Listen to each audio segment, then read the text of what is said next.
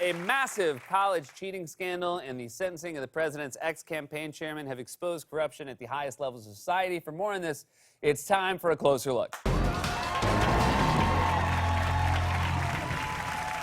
The past 24 hours have really pulled back the curtain on how wealth and power operate in America. Yesterday, a $25 million college admissions cheating scandal ensnared Hollywood actors and some of the wealthiest people in the country. And today, the president's campaign chairman was indicted in one case for fraud and sentenced in another case after he was already sentenced last week in a third case in which he was accused of stealing money and spending it on a jacket made from an ostrich.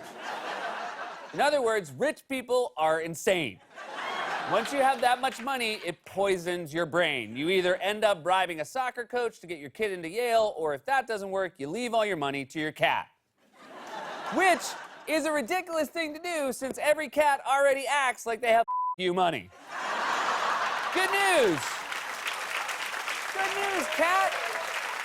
You're a millionaire. You mean I wasn't already? I'm pretty sure I already was. But Paul Manafort really had the worst day because right after he was sentenced in one case, he was indicted by a different office in another case involving 16 counts tied to residential mortgage fraud. He was sentenced and indicted on the same day in a move that will one day be coined the Manafort. But the college admissions cheating scandal is one of the most fascinating glimpses of how the wealthy and the privileged rig the game. More than 40 people have been arrested in the scheme, including everyone from CEOs to the heads of major international law firms, to private equity titans, to Hollywood actors. Federal prosecutors today revealed what they say is the largest case of college admissions fraud in U.S. history, charging coaches and affluent parents, including Hollywood elite, in a massive bribery scheme to fast-track kids into some of the country's top universities, including Yale and Stanford. The fraud allegedly twofold: parents paying to inflate their children's standardized test scores, or faking athletic records to get students recruited for sports they did not even play. 2 Hollywood actresses are among the dozens of people charged. The TV stars Felicity Huffman from Desperate Housewives and Lori Loughlin from Full House. Lori Loughlin? Why didn't you just bribe a college the normal way by donating money for a new building? You already had a name. The details of this scandal are truly mind-blowing. For example, parents bribed coaches at prestigious schools to get their kids admitted as athletes in sports they didn't play. In one case, a teenage girl who did not play soccer magically became a star soccer recruit at Yale in exchange for $400,000. Now, that $400,000 went to the Yale coach who was in on the scam and then had to, I guess, explain what they saw in the new recruit. All right, everybody gather around. This is our new star player. You're not going to see much of her out on the field, but wait until you try her orange slices.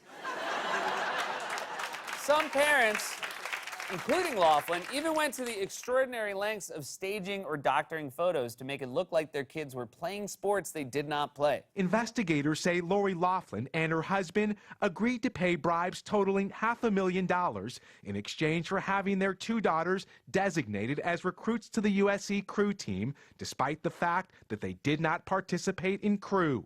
Court documents say they even had their girls stage photos as athletes. In one instance, a parent sending this photo showing their daughter playing water polo in high school, but in fact the photo was another student. I mean, of all the sports to lie about, I have to say water polo is the smartest one because nobody knows how it works. I mean, I don't even know what a water polo body would look like. I mean, is it long arms and a tail? Of course, the plan would have worked until the kids showed up to the pool in riding gear and an actual horse. Now, there's already all kinds of normalized, accepted pay-to-play in the college entry process, from expensive test prep classes to legacy admissions to just writing a massive check, which is also known as institutional advancement. But the guy who set up the scheme, a businessman named William Singer, explained in court that he was giving wealthy parents a way to get around all of that. In one phone call, authorities listened as Singer told one parent how it all worked, saying, "There's a front door, which means you get in on your own. The back door is through institutional advancement, which is 10 times as much money. And I've created this side door." Imagine having enough money to legally bribe your kid's way into an elite college and thinking, how about instead we Photoshop his head onto Michael Phelps' body? And make no mistake, the parents in these cases were very aware of what they were doing. The FBI released one email written by Huffman when she found out that her daughter's school would provide their own SAT proctor, making it harder to cheat. She wrote, and this is a real email, "Rut-row, looks like my daughter's high school wants to provide own proctor." She literally sat down at a computer and typed the words "rut-row," making this the rare case where Scooby-Doo was the criminal. This scandal... It was you, Scoob! This scandal might be the most glaring example of pay-to-play in college admissions, but it's not the only one. There's already lots of pay-to-play in the college admissions world. It's legal. I mean, just look at the President of the United States. He went to Wharton, one of the most prestigious schools in the country, and he doesn't even know how to spell the word country. And if you asked him to spell the word prestigious, the red squiggle would just give up and crawl away.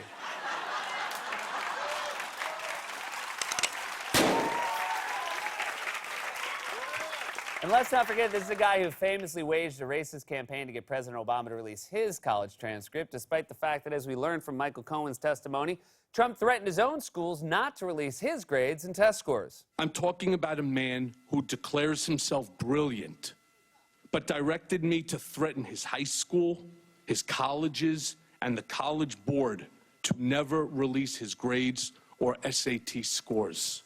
I shudder to imagine what Trump's SAT score was. It was probably the first time in history a college board wrote on someone's test, "It's better if you don't know." The culture of inequality and pay-to-play at the highest levels of American society has been on full display over the last 24 hours, from serial fraud committed by wealthy parents to serial fraud committed by the president's campaign chairman. People are finally getting a glimpse at how it all works, and they're all saying, in the words of Felicity Huffman, this has been a closer look.